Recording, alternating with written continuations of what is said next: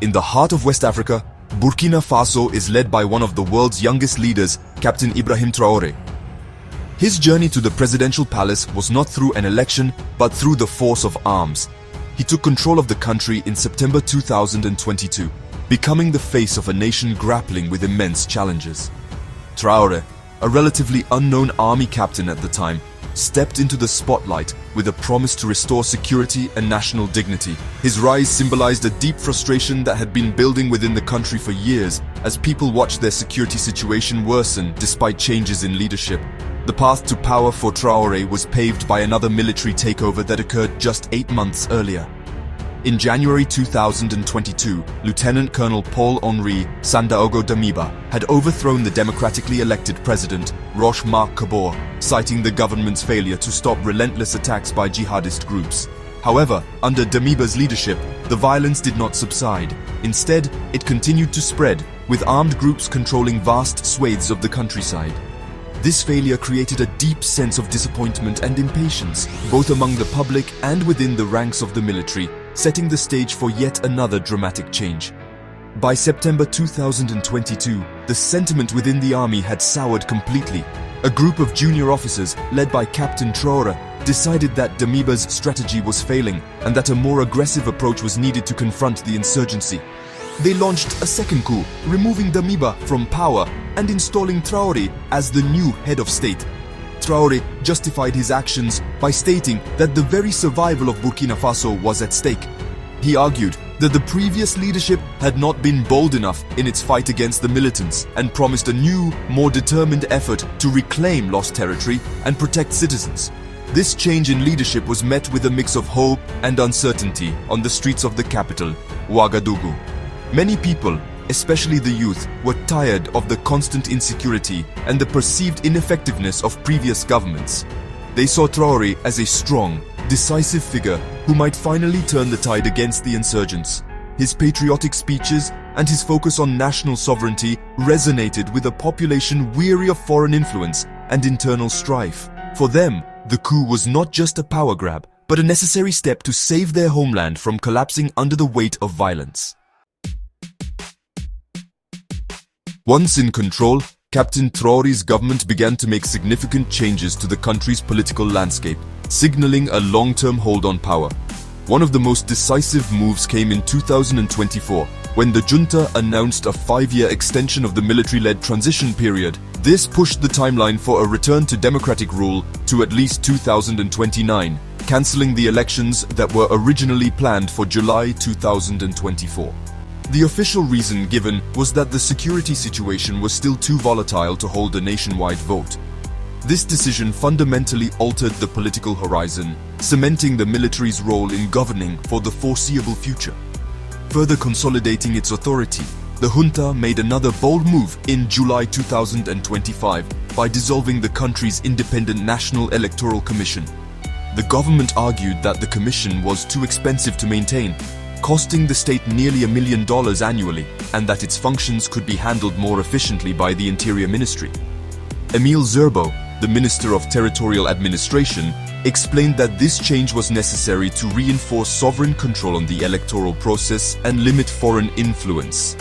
This step effectively placed the entire mechanism of future elections directly under the control of the military government, raising serious questions about their fairness and impartiality. The new transition charter also included a crucial provision that directly benefits the current leader. It states that Captain Traoré is eligible to run for president in the elections that are now scheduled for the end of the new 5-year period. This was a significant departure from the initial promises made by many military-led governments in the region, which often state that their leaders will not stand for election after the transition. By allowing himself to become a candidate, Traoré has opened a path to potentially legitimize his rule through a future vote, transforming his role from a temporary transitional leader to a long-term political figure.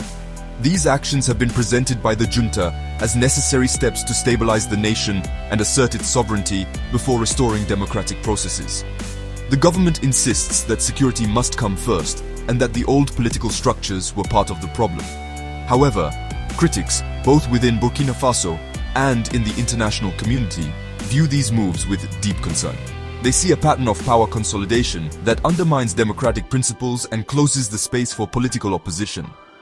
The dismantling of independent institutions is seen not as a measure of efficiency, but as a way to ensure the current regime faces no significant challenges to its authority. Under Captain Traoré's leadership, Burkina Faso has dramatically reoriented its foreign policy, marking a sharp break from its long-standing relationships. The most significant shift has been the severing of ties with France, the former colonial power that had maintained a strong military and political presence in the region for decades. Traoré's government accused France of failing to effectively combat the jihadist insurgency and of interfering in the country's internal affairs. This sentiment culminated in the demand for all French troops to withdraw from Burkinabe soil, a move that was completed in early 2023, symbolizing a powerful rejection of the old post-colonial order. As the door closed on France, another one opened to Russia. Seeking new partners for military support and equipment, Traoré's junta has openly embraced Moscow. This pivot is part of a broader trend in the Sahel region, where military governments have increasingly looked to Russia as an alternative to Western allies. Traoré has met with Russian President Vladimir Putin, and Russian military advisors have reportedly become active in the country. This new alliance is framed by the junta as a partnership of equals, one that respects Burkina Faso's sovereignty and provides the tools needed to win the fight against terrorism on its own terms. This realignment has had significant geopolitical consequences, drawing Burkina Faso, along with its neighbors Mali and Niger, into a new sphere of influence. The three military-led nations have formed the Alliance of Sahel States, a mutual defense pact that further solidifies their collective break from the region's traditional political and security frameworks, such as the Economic Community of West African States. This bloc represents a new assertive front that challenges Western influence in Africa and champions a pan-African, sovereign-focused ideology that is particularly popular among the region's youth. The shift in alliances extends beyond military cooperation. It is also an ideological battle, fought on social media and in public discourse. Pro-junta narratives, often amplified with Russian support, promote a vision of Traoré as a revolutionary hero standing up to neo-colonial powers. This has helped bolster his domestic popularity and create a powerful story of national liberation. However, it has also isolated Burkina Faso from many of its former international partners, leading to reduced development aid and increased diplomatic tensions with Western democracies, who are concerned about the erosion of democratic norms and the growing Russian footprint in a strategically important region. For the ordinary citizens of Burkina Faso, life under Captain Traoré's rule is a complex tapestry of hope and fear. On one hand, his strong rhetoric and focus on national pride have garnered him significant support, especially among young people who were disillusioned with the previous political class. These supporters see him as a patriot who is willing to take bold risks to reclaim the nation's territory and dignity. Rallies in his favor are common, and on social media, he is often portrayed as a revolutionary figure. This popularity is fueled by a desire for a leader who appears strong enough to finally solve the security crisis.